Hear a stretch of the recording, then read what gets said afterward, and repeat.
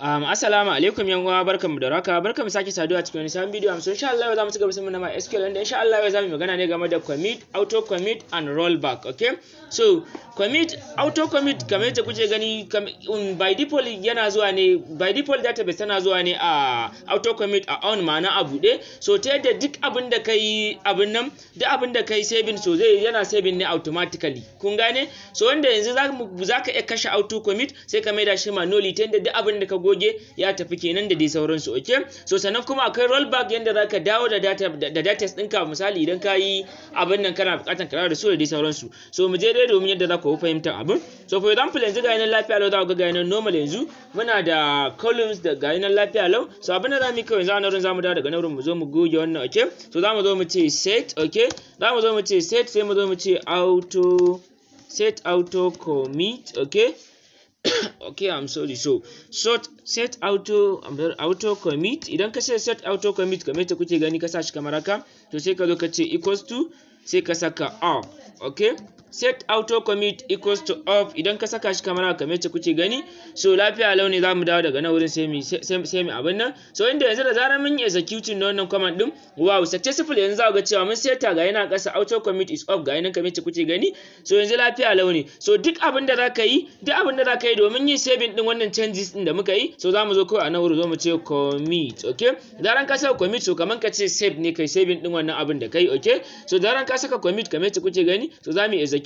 So yanzu mun yi saving wannan changes din da muka yi, yanzu mun canza database din mu daga auto commit zuwa I'm sorry, yanzu za mu rinka saving din data manually ne, ba auto ba. Okay, so duk abin da muka goge da kanmu za mu yi saving da kanmu, za mu yi abin nan, ba mu saving ba zai abin nan. Okay, so shine dai. To yanzu bari gani, yanzu bari for example, yanzu a nan wurin bari in zo daga nan wurin for example in zo in ce delete. Okay, yanzu for example idan kai I'm sorry kamar nan bari in zo in ce for example, bari mu gani select, bari in ce select all for example, sai in zo in ce from, select all from, sai in zo in saka wannan table name dina for example, table name dina shine employees. Okay, so game ta kuke gani, yanzu idan na executing wannan za ga cewa ga table dina nan lafiya lau. So yanzu idan na tashi goge wannan for example, yanzu for example zan zo daga nan wurin in zo in ce delete. Okay, idan na zo na ce delete kamar ta kuke gani, so zan zo in ce delete from, sai in zo in ce employee, in saka database name, table name dina. Okay, so idan na saka delete from kamar ta kuke gani, employees kamar ta kuke gani, so bari dan saka musu semicolon. Okay,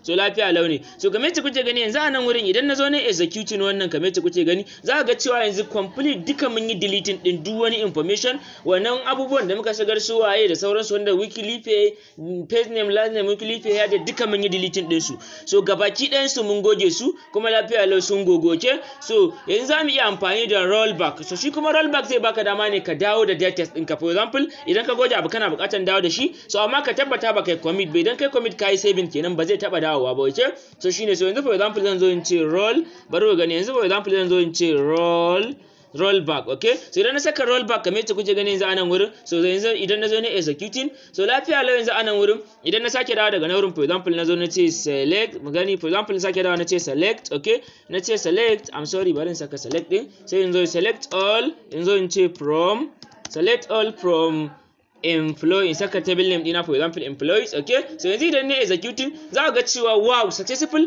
mun dawo da wannan abin da muka yi deleting. Ga yana kamar ta kuke gani, wannan information din da muka yi deleting mun dawo da shi lafiya lau. Okay, ga yana lafiya lau, komai da komai ya dawo lafiya, abin da muka yi deleting. So wannan shine game da wannan kamar ta kuke gani.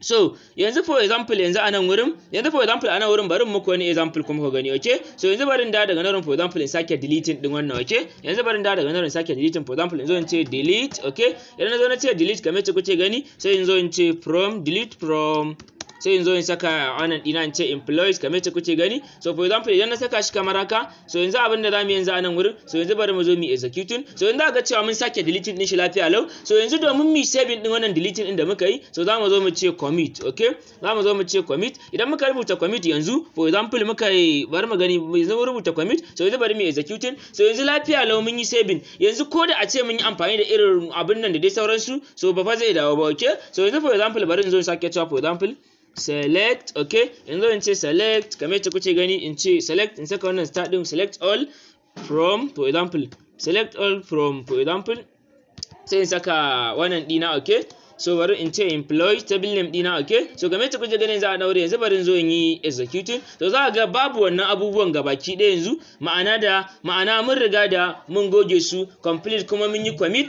mun yi saving din shi. Okay, so wannan shine yadda ake amfani da wannan. Okay, shine yadda ake amfani da commit, auto commit, rollback at MySQL. Okay, so wannan dai shine duka anan zamu ka karshe wannan bidiyo. Idan kai ba wannan an channel mai amurka taimaka ka danna alamar subscribing, sannan ka danna alamar karshe channel za ka sanar da zaran mun sa bidiyo.